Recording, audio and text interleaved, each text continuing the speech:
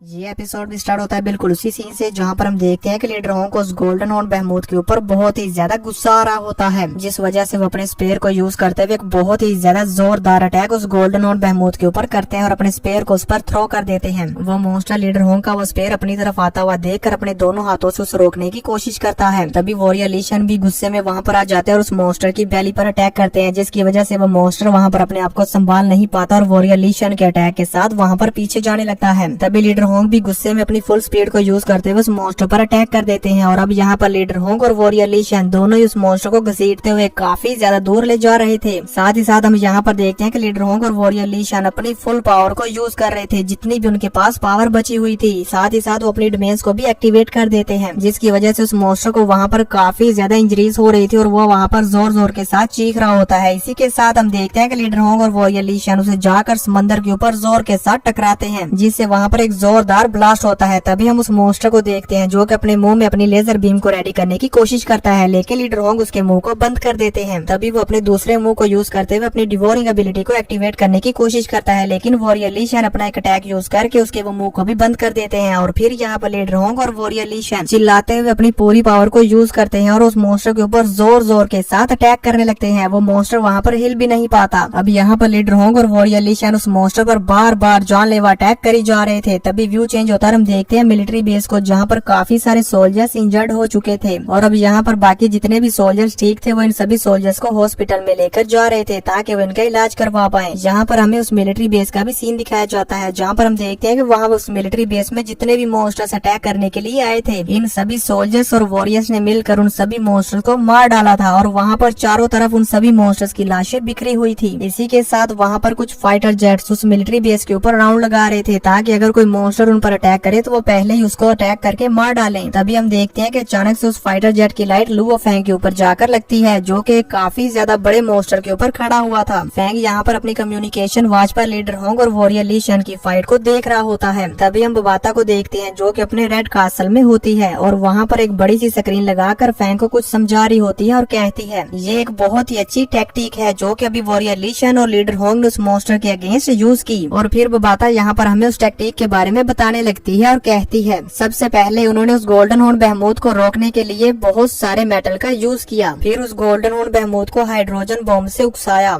जब golden horn बेहमूथ के close उस मेटल के डेब्रिस को स्कैटर कर रहे थे, होंग और ली शन ने फौरी तौर पर अपने अल्टीमेट मूव को इस्तेमाल किया और फिर वो कहते हैं ये वाकई काफी अच्छी टेक्निक थी, रिमार्केबल। तभी व्यू चेंज होता है, हम देखते हैं लीडर होंग और वॉरियर ली शन की फाइट को, जहाँ पर हम देखते हैं कि लीडर होंग और वॉरियर ली शन उस मॉन्स्टर के साथ फाइट करते करते उसकी बॉडी के अंदर इंटर हो जाते हैं और फिर उस मॉन्स्टर पर उसकी बॉडी के अंदर से ही अटैक करने लगते हैं, जिसकी वजह से उस मॉन्स्टर को काफी ज्यादा पेन होता है और वो वहाँ पर जोर जोर से चीखने लगता है और अपनी बॉडी के अंदर से इन दोनों को बाहर निकालने की कोशिश करता है। तभी हम बबाता को देखते हैं जो कहती है अभी ये दोनों उस मॉन्स्टर की बॉडी के अंदर है, जिसकी वजह से ये गोल्डन हॉर्न बेहमूथ उन पर हमला नहीं कर सकता। ये फाइट होंग और ली शन के जीतने के चांसेस 50% है। आफ्टर ऑल ये गोल्डन हॉर्न बेहमूथ स्टेरी स्काई बेहमूथ्स की ब्लड लाइन में सबसे पीक ब्लड लाइन में से एक है। इसने वाकई होंग और ली शन को अपने स्केल आर्मर में घुसने दिया और उसकी बॉडी में इंटर होने दिया, जो कि इसके लिए काफी बड़ी बेवकूफी थी। मुझे तो लगता है कि ये गोल्डन हॉर्न बेहमूथ अभी इतनी ज्यादा समझदार नहीं है और ये काफी भोली भी है, लेकिन इसके बावजूद भी इसकी फाइटिंग स्किल्स काफी ज्यादा टेरिबल थी। बबाता की बात सुनकर फेंग उससे कहता है कि जितना स्ट्रॉन्ग वो है हम इससे भी ज्यादा मायूस हो जाएंगे। ये कहने के बाद फेंग वहाँ से जाने लगता है। तभी बबाता कहती है कि मेरा ये मतलब नहीं था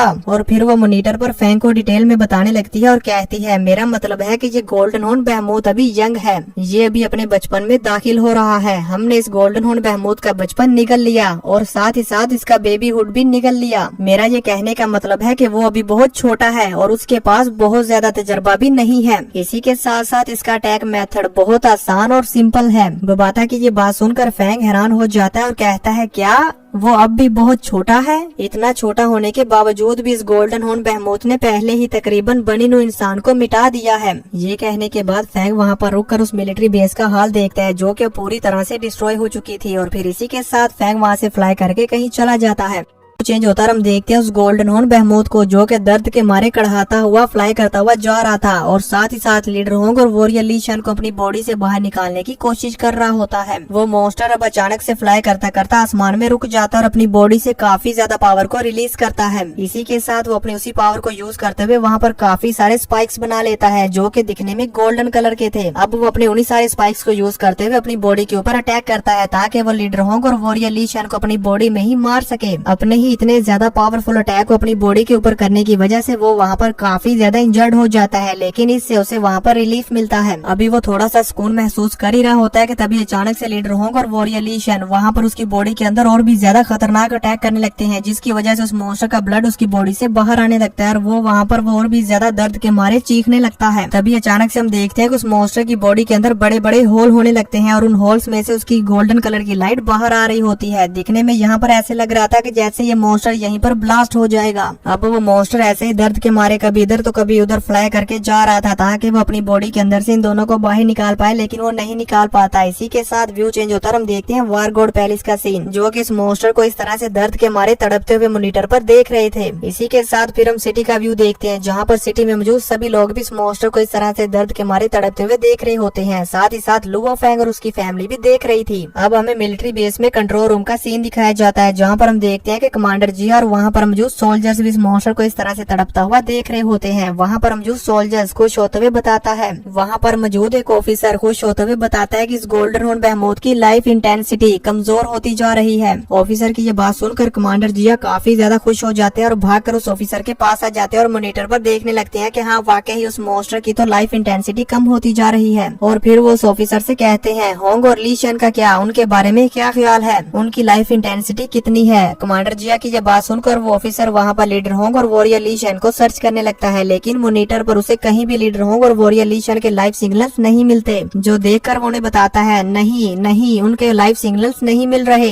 सोल्जर की ये बात सुनकर कमांडर जिया यहाँ पर थोड़े से उदास हो जाते हैं। तभी हम देखते हैं बबाता को जो कि इस मॉन्स्टर को इस तरह से तड़पते हुए देखकर कहती है कि वो मॉन्स्टर खुद को जख्मी करने से नहीं हिचकिचा रहा, बल्कि वो अपनी बॉडी से लीडर होंग और वॉरियर ली शन को निकालने के लिए खुद पर ही खुद के अटैक कर रहा है ताकि वो होंग और ली शन को अपनी बॉडी के अंदर ही मार पाए। इसी के साथ सीन चेंज होता है, हम देखते हैं उस गोल्डन हॉर्न बेहमूथ को जो कि दर्द के मारे चीखते हुए वहाँ पर कभी इधर तो कभी उधर फ्लाई कर रहा होता है और साथ ही साथ वहाँ पर अपनी पावर को भी रिलीज कर रहा होता है। लेकिन जब उसको काफी देर तक ऐसा करने से कुछ भी फर्क नहीं पड़ता तो वो स्पीड के साथ फ्लाई करते हुए वहाँ पर कुछ पहाड़ों के साथ टकराने लगता है और उन्हें डिस्ट्रॉय कर देता है। लेकिन फिर भी उसे अपनी बॉडी के अंदर कोई भी सुकून महसूस नहीं होता, बल्कि लीडर होंग और वॉरियर ली शन उस पर अटैक किए जा रहे थे, जिसकी वजह से वो वहाँ पर गुस्से में चीखते हुए अपनी बॉडी के अंदर से काफी ज्यादा पावर को रिलीज करता है और ऊपर आसमान में चला जाता है। वहाँ पर जाकर वो अपनी बॉडी के अंदर से बहुत सारी लेजर बीम्स को छोड़ता है। इस मॉन्स्टर की ये लेजर बीम इतनी ज्यादा डेंजरस थी कि ये जैसे ही नीचे आकर चट्टानों और पानी के अंदर टकराती है तो वो वहाँ पर मौजूद उन चट्टानों को तोड़ देती है और साथ ही साथ बहुत सारे वाटर मॉन्स्टर को भी जलाकर खाक कर देती है। अब इसी के साथ हम देखते हैं न्यूज चैनल को जहाँ पर वो न्यूज रिपोर्टर बता रही थी कि उस गोल्डन हॉर्न बेहमूथ की लाइफ इंटेंसिटी कंटिन्यूसली कम होती जा रही है और वो गोल्डन हॉर्न बेहमूथ कमजोर होता चला जा रहा है। ये पहले ही काफी ज्यादा कमजोर हो चुका है। इसी के साथ हमें वहाँ पर स्क्रीन पर उस मॉन्स्टर की लाइफ इंटेंसिटी कम होती हुई दिखाई जा रही होती है। वो न्यूज रिपोर्टर बताती है कि इस गोल्डन हॉर्न बेहमूथ की पावर अब पहले से कम होकर एक एम्परर बीस्ट के लेवल पर आ चुकी है। और फिर वो कहती है नहीं, अब तो इसकी पावर और भी ज्यादा कम हो गई है, अब तो ये किंग लेवल के मॉन्स्टर के बराबर हो चुका है। इसके बावजूद भी इसकी पावर और भी ज्यादा कम होती जा रही है। वो मॉन्स्टर वहाँ पर फ्लाई करता करता आसमान से नीचे आ जाता है और एक सिटी में जाकर बहुत सारी बिल्डिंग्स के साथ अपनी बॉडी को टकराने लगता है और वहाँ पर एकदम पागलों की तरह बिहेव कर रहा होता है। वो सिटी में फ्लाई करते करते अपनी लेजर बीम्स को भी यूज करता है और बहुत सारी बिल्डिंग्स के साथ टकराता है, उन सभी बिल्डिंग्स को डिस्ट्रॉय कर देता है, लेकिन उसको इससे भी कोई फर्क नहीं पड़ता। इसलिए वो फिर से वहाँ से स्पीड के साथ फ्लाई करता हुआ समंदर के ऊपर चला जाता है और फिर समंदर में काफी सारी डुबकियां भी लगाता है। लेकिन यहाँ पर पानी के अंदर जोर जोर के साथ टकराने के बावजूद भी उसे कोई भी फर्क नहीं पड़ता, जिस वजह से वो स्पीड के साथ पानी से बाहर निकलता है और ऊपर आसमान में स्पेस की तरफ जाने लगता है। यहाँ पर हम देखते हैं कि वो मॉन्स्टर स्पीड के साथ ऊपर स्पेस में जा रहा था, जिसकी वजह से उसकी बॉडी के ऊपर काफी ज्यादा प्रेशर लगता है और उसकी बॉडी पूरी तरह से जलने लगती है। लेकिन वो मॉन्स्टर फिर भी नहीं रुकता और अपनी स्पीड को यूज करते हुए ऊपर स्पेस में आ जाता है। यहाँ पर हम देखते हैं कि स्पेस में आने की वजह से उसकी बॉडी पूरी तरह से जल चुकी थी, पूरी तरह से झुलस चुकी होती है। इसी वजह से उसके मुंह से ब्लीडिंग भी होने लगती है और यहाँ पर हम देखते हैं कि इस गोल्डन हॉर्न बेहमूथ का ब्लड तो पर्पल कलर का होता है। अब यहाँ पर ये गोल्डन हॉर्न बेहमूथ स्पेस में आने की वजह से एकदम से फ्रीज हो जाता है, क्योंकि यहाँ पर स्पेस में कोई भी ग्रेविटी नहीं है। वो गोल्डन हॉर्न बेहमूथ यहाँ पर स्पेस में फ्रीज हो जाता है। इसी के साथ उसकी आइज भी यहाँ पर ग्लो करना बंद हो जाती है और वो फिर से वापस जमीन की तरफ गिरने लगता है। यहाँ पर इस गोल्डन हॉर्न बेहमूथ को देखने से ऐसा लग रहा था मानो कि ये बिल्कुल ही मर चुका है, मुर्दा हो गया है। तभी हम मिलिट्री कंट्रोल रूम का सीन देखते हैं जहाँ पर उस मॉन्स्टर के वाइटल सिग्नल्स पूरी तरह से खत्म हो चुके थे, 0। ये देखकर वारगोड पैलेस में मौजूद सभी वॉरियर्स को तो अपनी आंखों पर यकीन ही नहीं होता कि सच में ये मॉन्स्टर मर चुका है। इसी के साथ हम गोल्डन हॉर्न बेहमूथ को देखते हैं जो कि बहुत ही ज्यादा स्पीड के साथ स्पेस से नीचे अर्थ की तरफ आ रहा होता है, जिसकी वजह से उसकी पूरी बॉडी फिर से जल रही होती है और वो एकदम से एक आग का गोला बन चुका होता है। तो दोस्तों देखेंगे नेक्स्ट एपिसोड में कि क्या ये मॉन्स्टर वाकई मर चुका है या नहीं।